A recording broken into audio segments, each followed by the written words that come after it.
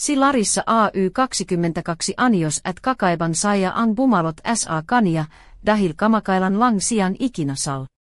SA malit na bayan NG San Pablo SA Laguna, nagdaos sila ni Marco NG isan payak na kasal na dinaluhan laman NG kanilan pinakamalalapit na kamakanak at MGA kaibigan. Ang MGA dekorasyon AY simple lamang, puting bulaklak, ilan parol na nakasabit SA palikid, at ang bango NG sampakuita na pumuno SA hangin. Ang ina ni Larissa AY kumavalan na valan masiadon ingei SA celebrasyon, kaya tee naging mahin ahon ang lahat.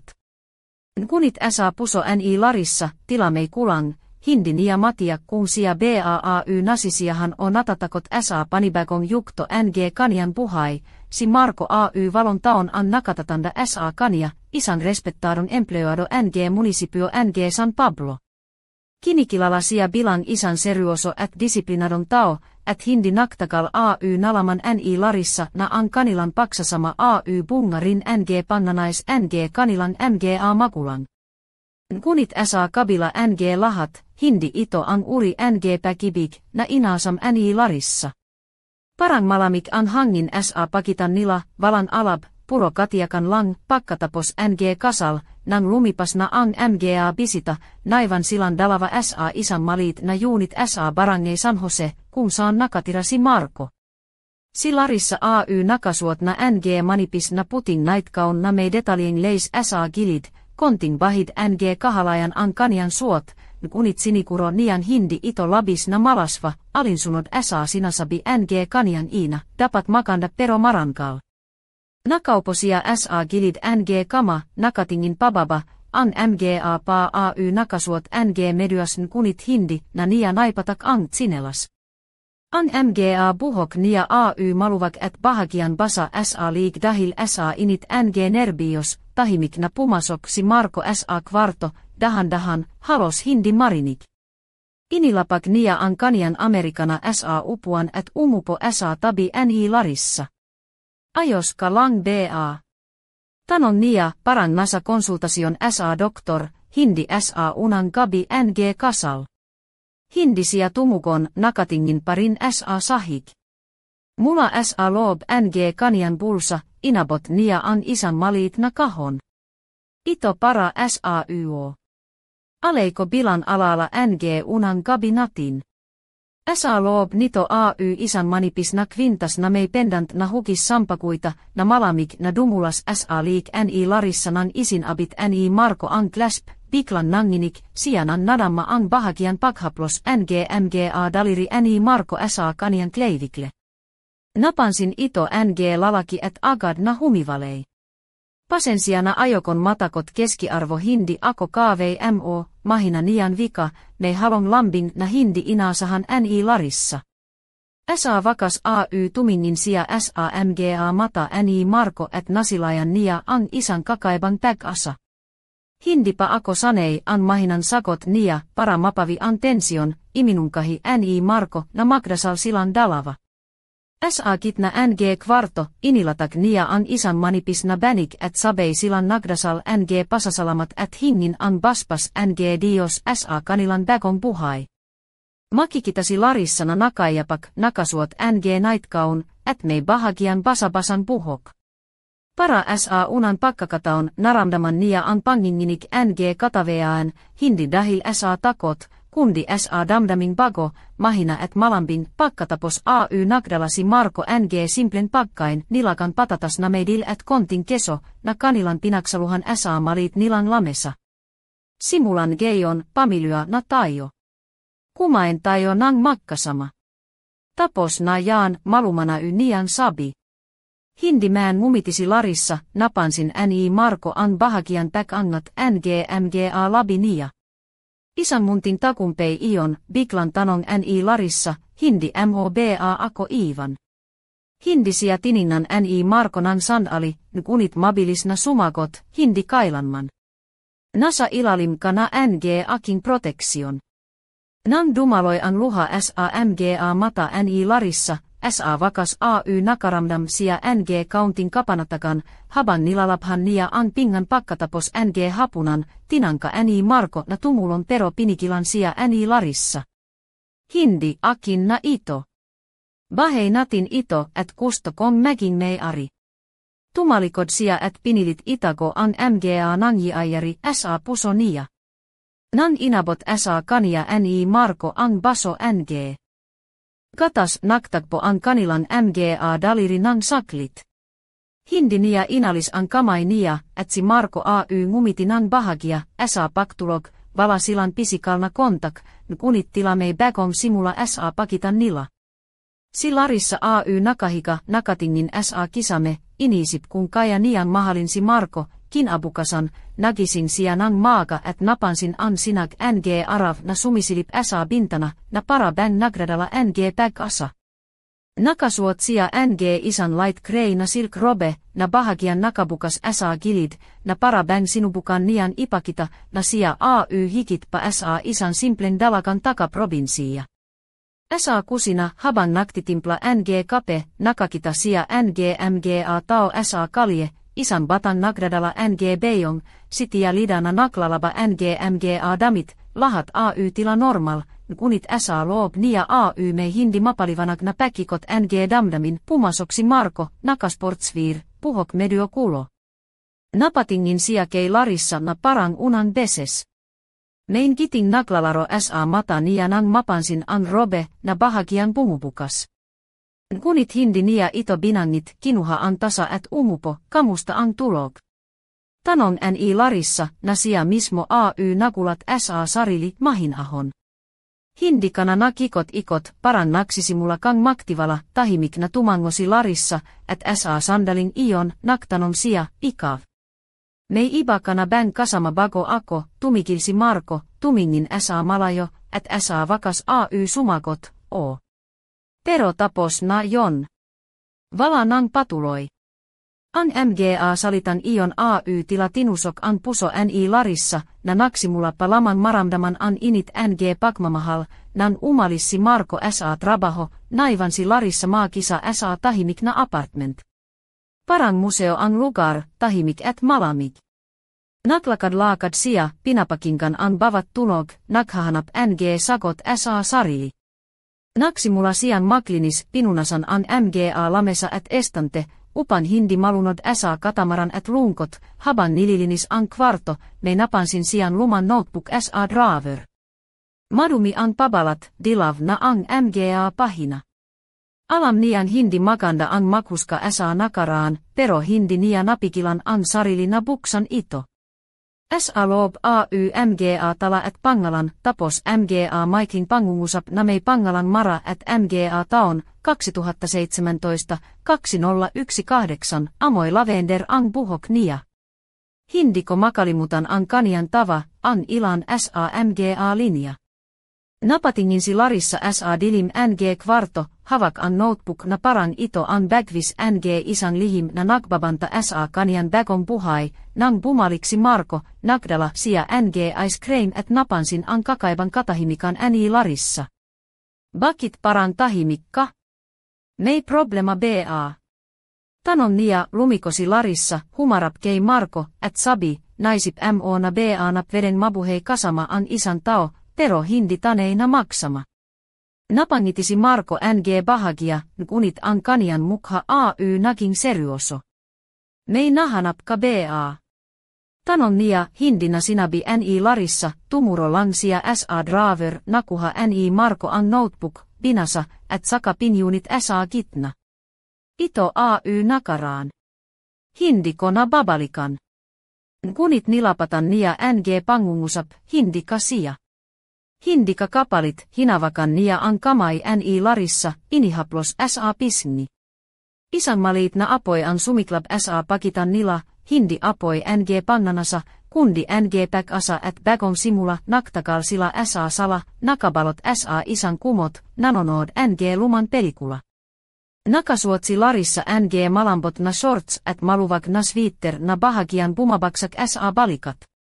Tahimik na hinaplos ni Marko ang kanian mga pa sa pamamagitan ng manipis na medyas, isang kilos na banayad kunit puno ng pag-aalaga, hindi man sila naktakpo ng labi o kamay ng gabing iyon, unti-unting nabuksan ang pinto ng kanilang mga damdamin.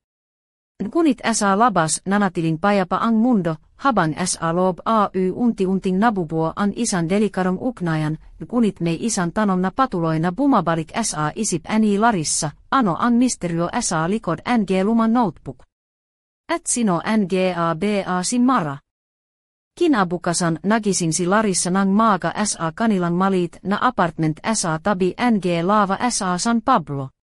Ang liwanag ng umaga dumadaloy sa manipis na kurtina, nagpapalambot sa mga sulok ng silid. Nakasuot siya ng puting kotton na blouse na bahagian bumabaluktot sa kaniang balikat, at ang mahaban palda na may bulaklak na pattern sumasayaw sa hangin.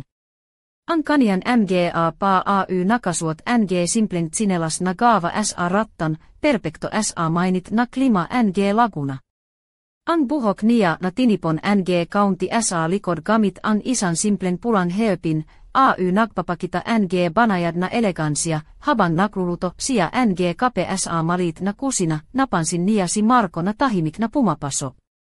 Suot nito ang puting polo at itim na slacks, medyo magulo ang buhok na parang hindi pa tuluyang gising. Napatingin siya kay Larissa na main kiting mahina, pero may halong pagtataka. Ang ganda mo ngayon malumana niyan sabi habang unti-unting umupo sa kahoy na bangko. Napahavaksi Larissa sa havak niyan tasa at bahagian napailing salamat.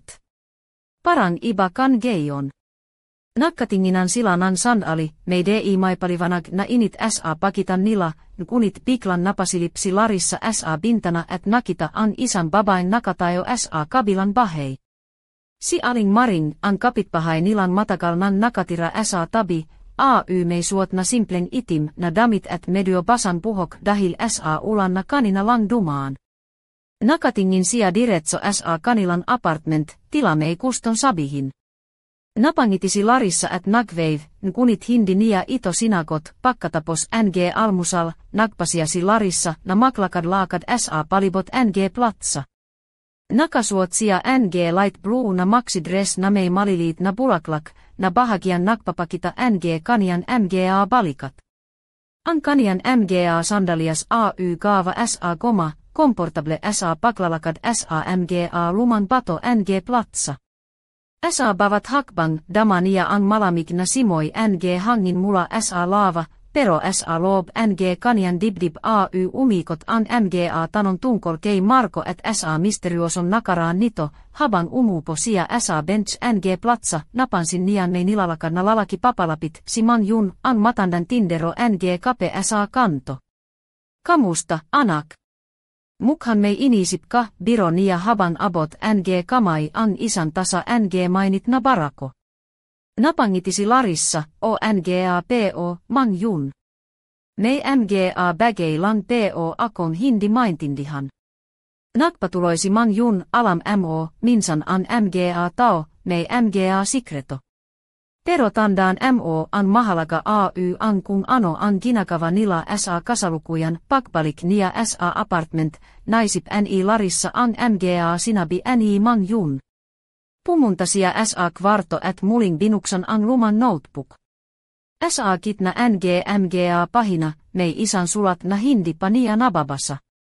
Ang sulat puno ng mga damdamin, pag-ibig, sakit, at pagtataksil, ngunit may isang pangungusap na bumalot sa kaniang isipan, kung nais mong malaman ang katotohanan, hanapin mo ang susi sa ilalim ng lumang damuhan, hindi maiwasan ni Larissa ang pakiyak ng maramdaman ang bigat ng nakaraan na tila bumabalot sa kanila. Ngunit sa kabila nito, nakaramdam siya ng kakaibang lakas. Alam niyang hindi pa tapos ang kuwento nila. At nang kumatok si Marco sa pinto, dala ang isang maliit na kahon, ang kaniang mga mata puno ng misteryo, may gusto akong ipakita sao, tika niya, habang inabot ang kahon. Nang buksan ni Larissa ito, napansin niya ang isang lumang susi, matulis ang mga gilid, at may ukit na kakaiba, sa sandaling iyon, naramdaman niya ang isang malamig na hangin na dumaan sa silid, at ang ilaw tila kumikislap ng bahagia. Sa kanian puso, alam niyan may isang lihim na naghihintay na mabuksan, isang lihim na maaring magbago ng lahat, handa ka na ba?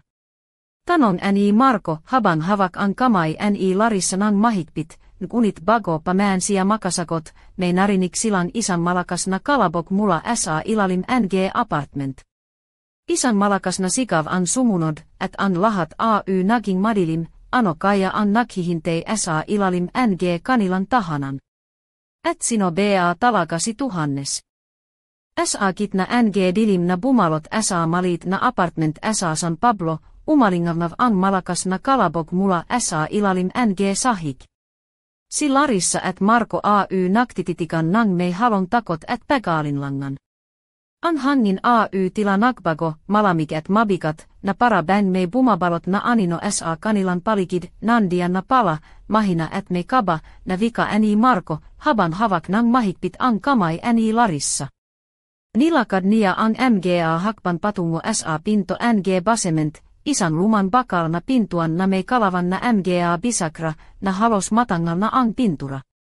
Si Larissa ay sumunod, ang puting naitkaun nia ay bahagian humahaplos sa kanian mga hita, et an mga kulot nian puhok ay nakalukei sa balikat, na nagbibigei ng kakaiban lambing sa kanian anio, nang buksan ni Marko an pintuan, isan malamik na hangin an sumalubon sa kanila, na mei halon amoi ng luman kahoi et nabubulok na dahon.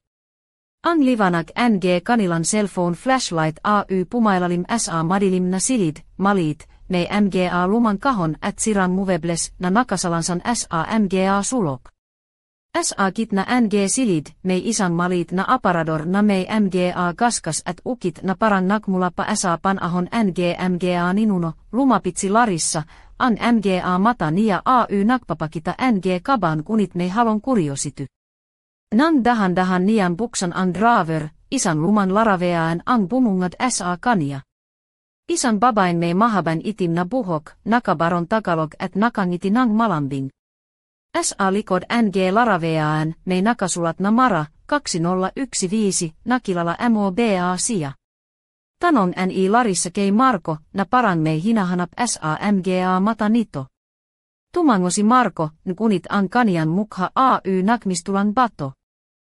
Sia ang dahilan ng lahat ng sakit na pinagdadanan konoon. Hindi ko na gusto pang balikan, habang nakatitik sa laraveaan si Larissa, napansin niyan me kakaiban pakiramdam sa palikid, parang me mga matan nakmamasit sa kanila mula sa dilin. Maya isan malamik na hangin an dumaan, at an mga ilav sa apartment ay bahagian kumurep, na nagbigay ng misterioson aura sa lugar, biglan me kumatok sa pinto ng basement malakaset paulit ulit. Nakulat sila et nakkatinginan. Sino yon? Bulon ni Larissa, haban pinipisil ang kamay ni Marko, mulin kumatok, kunit nikeyon ay me kasaman mahinan kunit malinav na boses, Larissa. Marko. Kailangan ninion malamään an toto bago lumala ang lahat, naklakad si Marko pataas sa hagdan, binuksan ang pinto, kunit valadon ang sinuman tao. Sa sahik mei isan piraso ng papel na nakalapag, na mei sulat na nakasulat sa malilit na titik, huvag keyon maktivala sa nakikita ninio.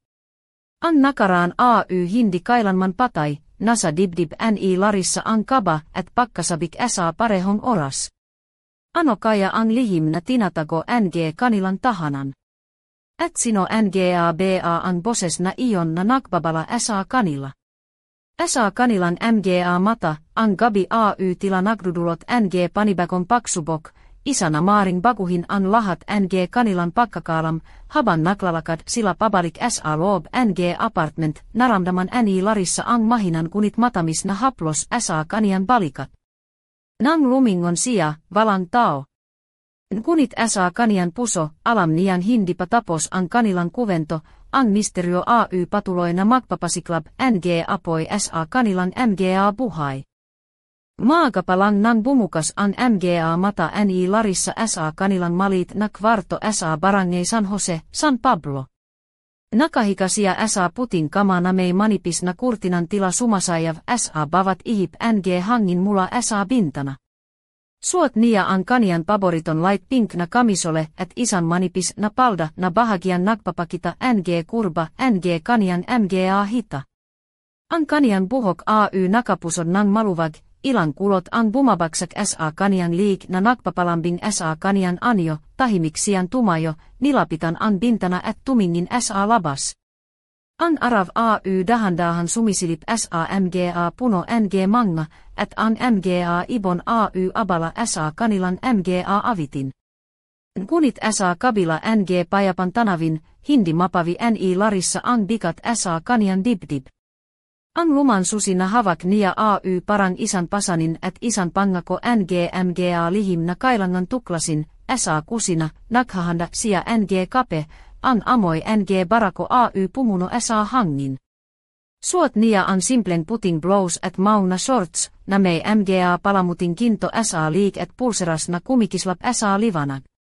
Nan pumasoksi Marko, na may suot na itim na polo at mauna pantalon, napansin niya agad ang kakaiban tension sa mukha ni Larissa, handakka na ba.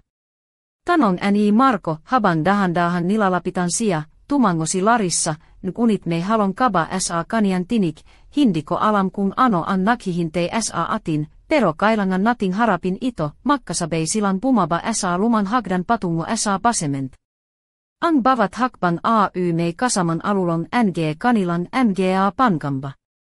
Nang marating nila ang pintuan, kinamit ni Marko ang luman susi upan buksan ito, ang kalavan ay kumikiskis sa metal, tila nakbabanta mga lihim na matagal ng nakatako, sa loob, ang silid ay puno mga luman kahon, sirang muvebles, at mga luman kakamitan na halos makalimutan na ng panahon.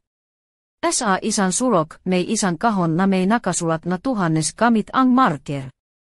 Binuksan nila ito at natagpuan ang mga luman litrato, sulat, at isan maliit na kahon na may mga alahas, habang tinitingnan ni Larissa ang mga litrato, napansin niya ang isan babae, si Mara, na may mahaban itim na buhok at mga matang puno ng kwento.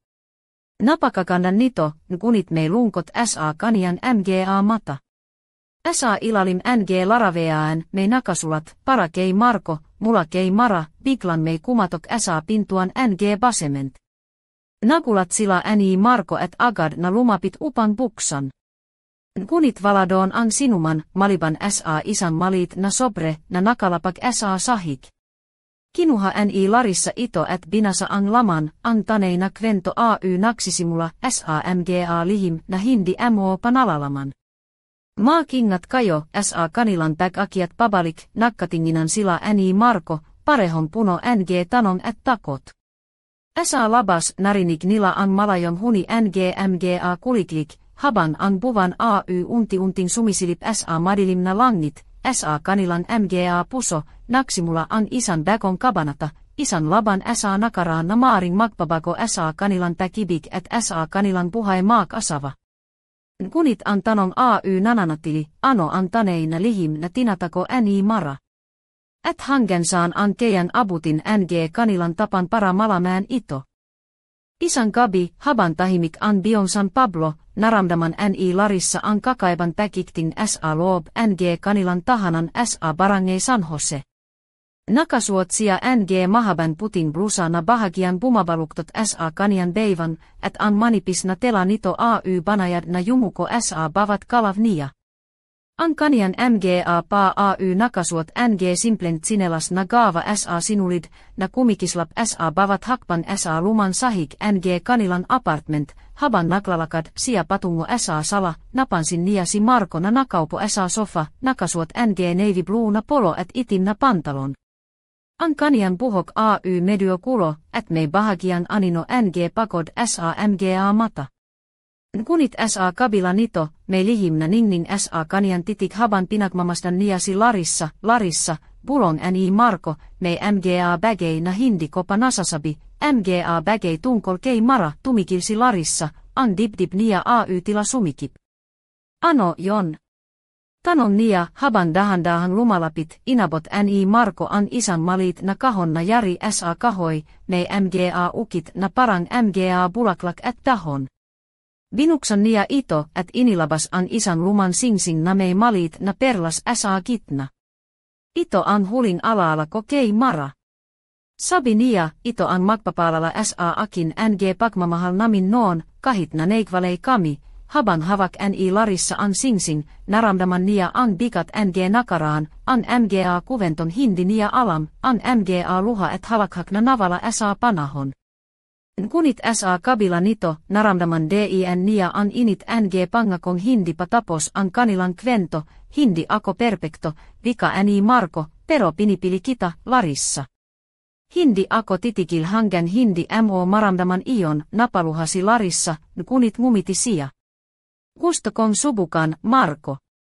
Gusto kong manivala sa atin, sa mga aravna sumunod, unti-unting nabuo ang kanilang mundo, isang mundo na may halong takot, pag-asa, at pagmamahal. Kunit sa likod ng bavat niti at haplos, naroon pa rin ang mga aninon hindi pa navavala, isang gabi, habang nagpapahinga sila sa sala, napansin ni Larissa ang isang kakaibang liwanag mula sa bintana ng kapitbahay. Sa loob ng liwanag, may isang anino na tila sumusubaybay sa kanila. Napatingin siya kay Marko, nakita moba yon, ngumiti si Marko ng bahagia at hinawakan ang kamay niya. Maraming lihim ang bayan natin, Larissa. At marami pan hindi natin alam, habang lumalalim ang gabi, alam nilang hindi patapos ang kanilang kwento. At sa dilim, may isang tanong na patuloy na bumabalot sa kanilang isipan, sino ba talaga si Mara? At ano ang kanian papel sa buhay nila, ang sagot ay naghihintay pa lamang matuklasan.